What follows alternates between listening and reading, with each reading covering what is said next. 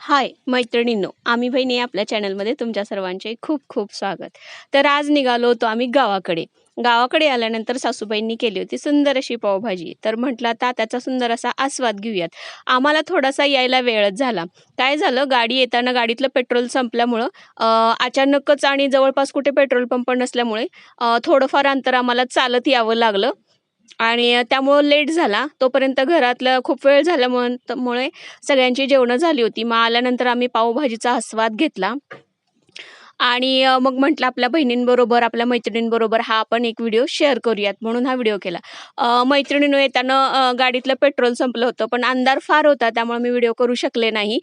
पण मला एक असा विचार मांडायचा होता मैत्रिणींनो, बऱ्याच वेळा आपण बाहेर जातो, तर बाहेर जात असताना आपण गाडीतलं पेट्रोल वगैरे चेक केलं पाहिजे मैत्रिणींनो. तर काय होतं अचानक असं जर काही प्रसंग आला तर खूप अवघड होऊन जातं. कारण काय आहे माहिती का?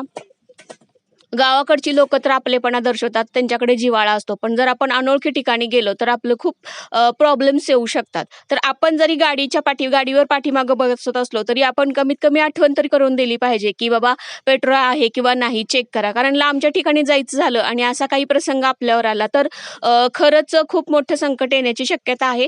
त्यामुळे मैत्रिणींनो तुम्हीही काळजी घ्या. बाहेर कुठे जाणार असाल, तर गाडीत पेट्रोल आहे किंवा नाही याची खात्री करून घेण्याची सांगण्यात हेतू आपली जबाबदारी आहे आणि आपण ती पार पाडली पाहिजे मैत्रिणींनो. तर आज सकाळ झालेली आहे. समोरचं सकाळची गडबड चालू आहे. तो आता 8 दिवस झाला आऊ-आज्यांकडेच आहे आणि आता तो भरडा कालवत आहे मैत्रिणींनो. त्याला या गोष्टी फार आवडतात. आता शाळेला सुट्टी लागली आहे, तर मी इकडेच येणार म्हणून त्याने हट्ट केला होता आणि 8 दिवस झालं तो इकडेच होता. आता आऊ आणि आज्जा कसं करतात ते बघून आज आता तो स्वतःच या बुट्टीत जनावरांसाठी जो भरडा आहे तो कालवायला लागलेला आहे. आणि अगदी मन लावून त्या गोष्टी तो करत आहे. त्याला या गोष्टी फार आवडतात. मांजर, कुत्रं आणि जनावरं जी असतात गाई, म्हशी या पण गोष्टी त्याला फार आवडतात. त्यामुळं तो इथे फार रमतो. इथं दुसरं कोणी नाही. आमचं एकच घर आहे. आसपास अगदी मुलं पण नाहीत, तरी पण तो इथं खूप सुंदर रमतो. आमची जी भावकी आहे ती थोडी एक एक किलोमीटरच्या अंतरावर आहे. तिथं बाकीची मुलं वगैरे आहेत. मग तिथं जाऊन तो खेळतो दुपारनंतर. आजोबा वगैरे त्याचे सोडतात. पण इथं सकाळचा त्याचा दिवस खूप सुंदर जातो. गोठ्यामध्ये आजोबांच्या बरोबर जाऊन तो आता त्या गाईसनी भरडा घालायला लागलेला आहे मैत्रिणींनो. त्याला या गोष्टी फार आवडतात आणि त्या गाईला तो माया वगैरे पण करतो. त्याला ती गाईची पिल्लं वगैरे पण फार आवडतात. त्यामुळे त्याची सुट्टी खूप मजेत आणि उत्तमाची जाती. घरात आता सकाळची जेवणं वगैरे झालेली आहेत. भांडी वगैरे आवरून म्हटलं आता जरा निवांत बसायला येईल. कारण कसं असतं रोजची धावपळ आपली चालूच असते. स्वतःलाही कधीतरी मोकळा वेळ, काही क्षण आपण स्वतःसाठी दिले पाहिजेत. त्यामुळं पटपट म्हटलं भांडी वगैरे आवरूयात. सासूबाईंनी इकडे कपडे धुतलेले आहेत आणि मी भांडे धुवून घेत आहे. त्यामुळे पटकन काम आवरले की थोडासा निवांत वेळ आपल्याला येईल आणि या निसर्गाच्या सानिध्यामध्ये आपल्याला वेळ घालवता येईल म्हणून म्हटलं पटपट आवरून घेऊयात. तर सांगण्याचा हाच उद्देश होता मैत्रिणींनो. काल पेट्रोल गाडीतलं संपलं होतं, पण गावातली बरीच ओळखीची माणसं होती. ती स्वतःहून थांबून विचारत होती आम्हाला, "काय प्रॉब्लेम असेल तर सांगा" वगैरे.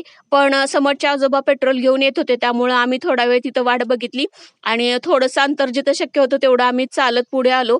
मग त्याच्यानंतर समोरच्या आजोबांनी पेट्रोल आणलं. मग आम्ही गाडीत ते पेट्रोल घातलं आणि आम्ही मळ्यात आलो. तर सांगण्याचा एकच उद्देश होता मैत्रिणींनो, असं बाहेर जर आपण कुठे जाणार असेल तर ना, या गोष्टीची खात्री करून घेतली पाहिजे. कारण कसं असतं आपण जातो लाँग रूटला, पण अचानक जर पेट्रोल संपलं वगैरे तर आपल्याकडं दुसरी काही सोय नसते. त्यामुळं आपण बाहेर जाताना या गोष्टी कन्फर्म केल्या पाहिजेत. त्याचबरोबर लायसन आहे किंवा नाही, इन्शुरन्स गाडीचा आहे की नाही, याही गोष्टी आपण विचारपूर्वक केल्या पाहिजेत. कारण कसं असतं घरातले जे आपले पुरुष मंडळी असतात त्यांना बऱ्याच गडबडी आणि रोजच्या कामाच्या धावपळीमुळं काही गोष्टी त्या विसरतात किंवा आता सोशल मीडियामुळे ना बराच वेळ मोबाईलमध्ये स्क्रोल करण्यात गेलेला असतो. त्यामुळं ब्रेन कधी-कधी काम करत नाही. तर अशा वेळेस ना आपण जाणीव करून दिली पाहिजे त्यांना पेट्रोल आहे किंवा नाही बघा.